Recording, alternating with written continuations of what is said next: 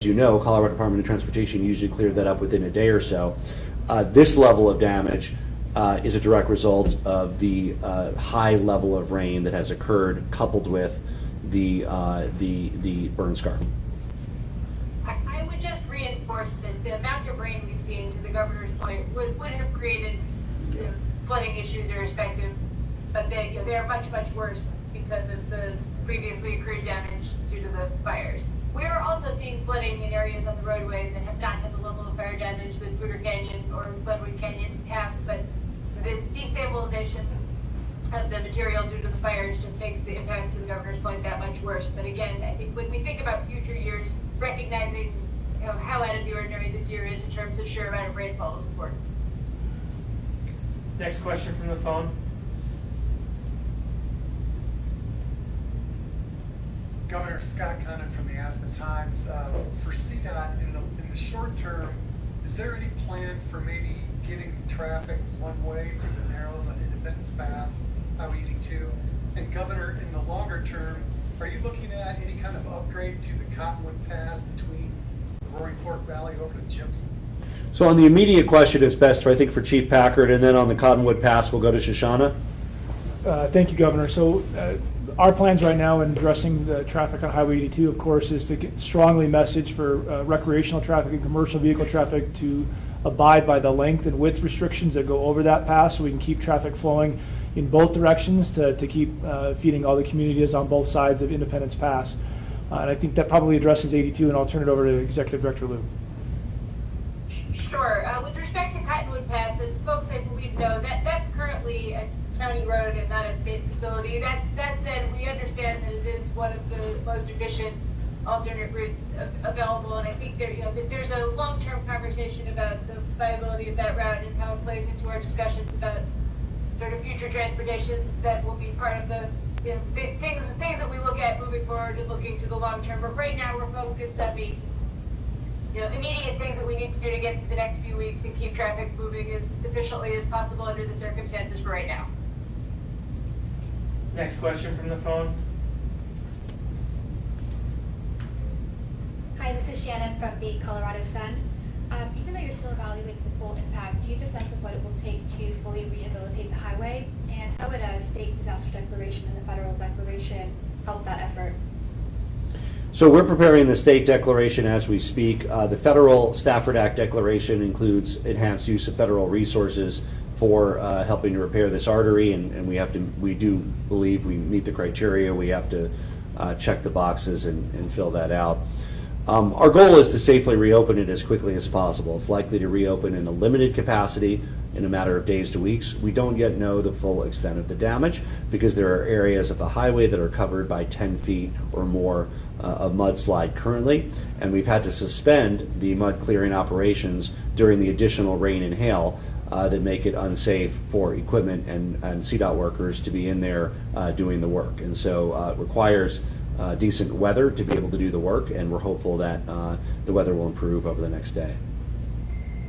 To paint a little bit of a picture about what we know right now in terms of the scope of the damage, there are two segments that are close to the Hanging Lake Tunnel, where essentially the debris fall from, as I said before, often thousands of feet above, has fallen, severely damaging the upper deck, but even more severely damaging the lower deck. And we can follow up with pictures so folks can sort of gauge an image of what this looks like. The extent of structural damage is not uniform across those areas, but the damage is quite severe, and there's also been destabilization to the surface deck such that the area by the guardrail is not as strong as it normally would be because of the damage. There's also areas where the channels in the river, because of the extent of debris flow in the river and the movement of water, is sort of hitting up against the retaining wall that keeps the road steady, and something similar is happening with respect to the retaining wall for the rail line. So that's happening significantly in a number of places. We're not sure of the full extent of where that's happening, and frankly, it's moving target because the situation keeps changing so rapidly as the heavy rains continue. But that's the kind of damage we're seeing. It's localized in certain places, so it's not throughout the canyon, but rather intensified in those areas right now. We'll do two more questions from the phone.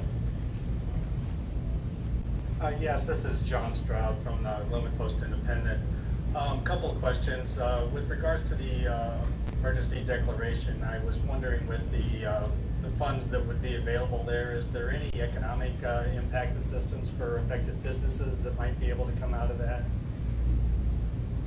Was your second question? And then the second question is probably more for CDOT, but I'm assuming that when the highway does reopen, it would be more likely in a head-to-head configuration on like eastbound lanes or something. And then also, I was wondering if anything is being done. There's kind of a confusing situation down in Rifle where people have to get off of the interstate to go onto the detour route, but locals can stay on Highway 6 and then get back on the interstate to get to Glenwood Springs and up the Roaring Fork Valley. I was wondering if at any point they would be able to stay on I-70 at that point instead of having to get off on 6, or if that's going to be a long-term situation. So we'll let Director Liu answer the second part. I would say on the first part that we always structure our state emergency request to maximize the deployment of federal funding. So we will maximize allowable use and successful deployment of resources to help, and we will be as creative as we can in doing what we can to support our local economy in that effort. I don't want to prejudge any of that. It all depends on what the federal government grants with regard to eligibility. We'll turn it over to Shoshana. Thanks. In terms of the question about head-to-head configuration, we have not yet determined what the interim configuration would look like, and we're actually assessing with our team a couple of different options, trying to determine the pros and cons of different configurations that would optimize first and foremost for the safety of the traveling public, but also, allow for concurrent use of some of the roadway while we do the long-term damages repair in the other segments concurrently. We'll have more details on that in the days to come, but we're looking at a few different options and assessing pros and cons currently. I'm going to turn it over to John Lormaine to talk about the operational question.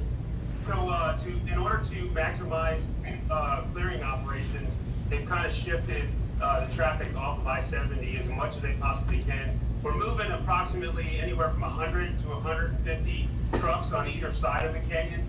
So that's why we're trying to push all traffic off I-70. We know that we're trying to inconvenience the local population the least because this is their home, just like it is ours. So we're trying to give them some leeway to move on up parts of I-70, but trying to keep transient traffic off of I-70 to minimize the impact on local population and try to remain safe and give some freedom of maneuver for our forces to basically maneuver the large dump trucks and bulldozers and bucket loaders along that stretch of highway, sir. Last question from the phone.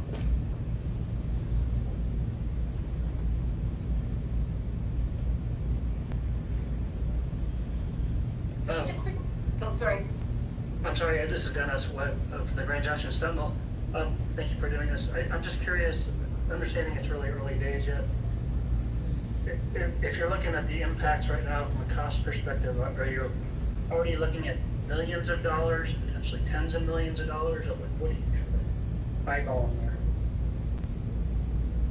I hesitate to give a number ahead of the full damage assessment. Our current assumption would probably be tens, but we will know more in the days to come. The other thing we're looking at is the initial investment that will be needed to do the interim repairs needed to get people back on the road as quickly as possible versus the long-term repairs. And obviously, the former will be known a little bit ahead of the latter as we do those short, medium, and long-term assessments concurrently. If I may quickly address a comment that's in the box, I think it's been answered via text, but yes, we will make both drone footage and still shots available so folks can see the extent of the damage. So, to conclude, the extent of the damage will be more widely known in the next few days. Weather permitting, we're unable to do some of that surveillance work as long as the monsoon rains continue. Expect that the closure will be days to weeks. We'll have a better sense of that within the next few days. My directive to CDOT is to reopen it as quickly as possible with at least some model for the flow of traffic, even one lane each direction, and then to hopefully restore full functionality by ski season to Glenwood Canyon. In the meantime, there's alternative routes being made available. Colorado State Patrol is doing a great job of doing that. Other projects have been suspended to make way for those traffics. Our message to those considering visiting Colorado, as Western Colorado is great. Please visit it, enjoy it this time of year. You can make alternative arrangements in and around to get to where you need to go, and we look forward to helping you do that as well. And I want to thank you for joining us. Thank you, Governor.